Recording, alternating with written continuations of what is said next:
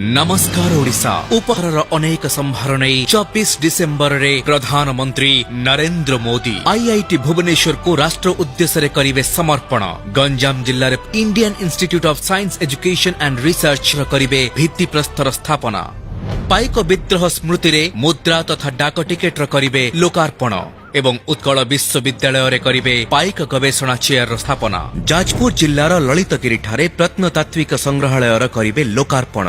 दुईटी जातीय मार्गर 6 और गोटिए राजमार्गर 4 लेनकरण तथा खंडगिरी फ्लाईओभर करिवे भूमि पूजन। इंडियन ऑयल रो पारादीप हैदराबाद पाइपलाइन एवं गेल रो बोकारो अनुगुल पाइपलाइन रो मध्य करिवे शिलान्यास। भुवनेश्वर रो ईएसआईसी डाक्तरखाना रे 50 नुआ शଯ୍यार करिवे लोकार्पण।